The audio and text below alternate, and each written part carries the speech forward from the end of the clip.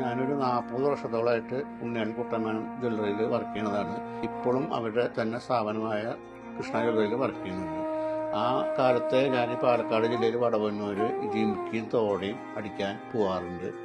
ഇപ്പോഴും അത് ഞങ്ങൾ ചെയ്തുകൊണ്ടിരിക്കുന്നുണ്ട്. നമ്മളോടൊന്ന് പ്യുവർ ഗോൾഡ് കൊണ്ടുപോകും. അവർ നമ്മുടെ മുന്നിൽ തന്നെ വെച്ച് എല്ലാം ചെയ്ത് അവരുടെ അച്ചുകളാണ്.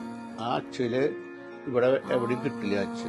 അതെല്ലാം അവരുടെ ഫിനിഷിങ്ങിനാണ് അത് നമ്മൾ അന്വേഷിച്ച് പോണത്.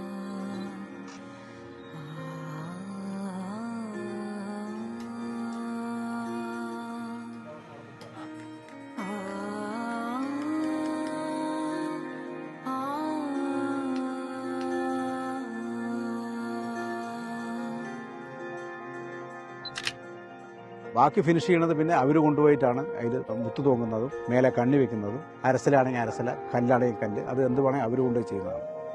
ഈ ആദ്യമായിട്ട് ഈ നഗാശി ജിംകി ഉണ്ണിയാട്ട് കുട്ടമ്മേൻ്റെ കടയിൽ മാത്രമേ കിട്ടുകയുള്ളൂ. വേറെ ഏത് ജ്വല്ലറിയിലും തൃശ്ശൂരില്ല.